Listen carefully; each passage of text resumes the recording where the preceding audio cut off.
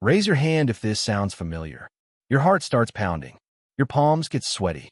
You replay the same argument in your head over and over. You'd literally rather do anything else, even clean the bathroom, than have that conversation. Maybe it's with a coworker who isn't pulling their weight, a boss who micromanages you, a family member who always crosses your boundaries, or a friend who hurt your feelings. We've all been there, and most of us avoid these talks because we're afraid of conflict, afraid of hurting the relationship, or afraid we'll mess it up. But what if I told you that having a difficult conversation is a skill you can learn? It's not about being confrontational. It's about being constructive. Welcome back to the Silent Empire. I'm giving you a step-by-step framework to navigate these tough talks with confidence, from the preparation beforehand to the follow-up afterwards. Stick around, because by the end, you'll have a clear game plan to turn anxiety into action. If you're ready to transform your communication skills, hit that like button and let's dive in. Most people fail at difficult conversations because they jump right in. The secret is to break it down into 3 deliberate phases: prepare, engage, and conclude. We're going to walk through each one. Phase 1. Prepare. Don't skip this. Phase 1 is all about setting yourself up for success.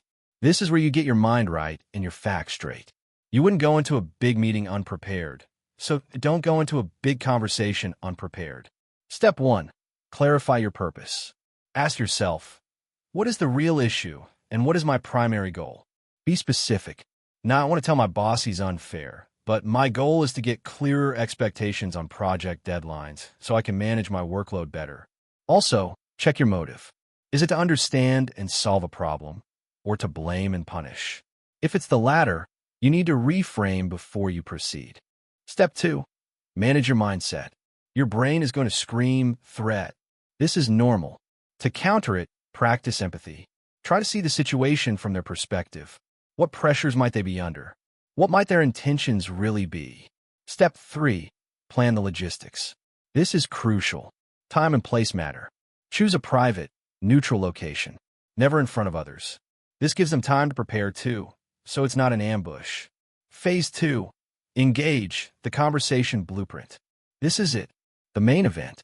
Follow this structure to stay on track and keep things productive. Step 1. Start the conversation gently. Don't lead with accusation. Lead with shared interest. Use the I statement formula. I feel your emotion about the specific situation, and I'd like to understand your perspective. Example. Instead of, you never listen to my ideas, try, I feel frustrated when I suggest ideas in meetings, and they aren't acknowledged, and I'd like to understand how we can better collaborate. See the difference?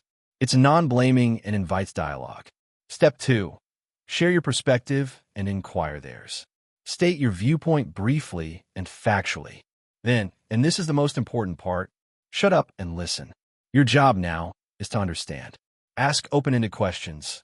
Can you help me see what I might be missing? Or what is your take on the situation? Practice active listening. This means paraphrasing what you heard. So, if I'm understanding correctly, you're saying that the tight deadline made it hard to incorporate new ideas? This shows respect and ensures you're both on the same page. Step 3. Navigate the emotional landmines. If they get defensive or angry, don't escalate. Pause. Breathe. Acknowledge their emotion. I can see this is upsetting you, and that's not my intention. My goal is for us to find a solution. Bring the focus back to the shared goal you established at the start. Phase 3. Conclude. Don't just walk away. The worst thing you can do is have a great talk and then have nothing change. Phase 3 is about creating forward momentum. Step 1. Identify a solution together. Ask, based on what we've discussed, what do you think is a fair next step? Collaboration is key. It might be a simple agreement, a new process, or a follow-up meeting. Step 2. Confirm the agreement. Summarize clearly. So, just to confirm, we've agreed that I will send you a project outline by Monday, and you'll provide feedback by Wednesday. Does that sound right? Step 3. End on a positive note. Thank them. Seriously. Say, I really appreciate you taking the time to talk this through with me. This reaffirms the relationship and ends the conversation on a constructive tone. Let's do a super quick recap.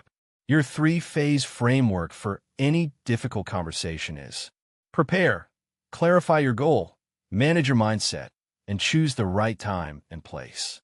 Engage. Start gently with I statements, listen actively, and navigate emotions with empathy. Conclude. Agree on a solution, confirm it, and end with thanks. Now, knowledge is useless without action. Here's your call to action. First, I want you to think of one conversation you've been avoiding. Just one. Pause this video and write it down. Now, in the comments below, type, "I'm ready to have the conversation about," and state the topic. Making it public is a powerful first step, and I'll be in the comments cheering you on. Second, if you found this guide helpful, subscribe to the channel and hit the bell icon.